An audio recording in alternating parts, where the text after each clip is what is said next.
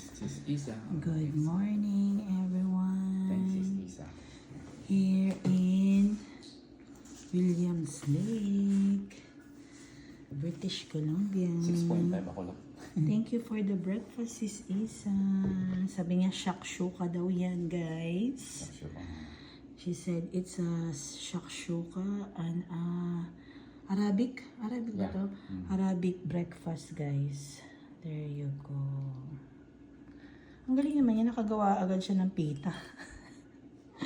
Oh dear. Yan, sabi niya, it's with the sunny side up egg, and then tomatoes, and then, ano yung green lab? Parsley ba yan? Oh, parsley. And salt and pepper. Looks good.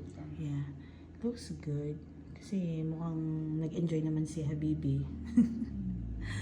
Okay guys, enjoy your breakfast.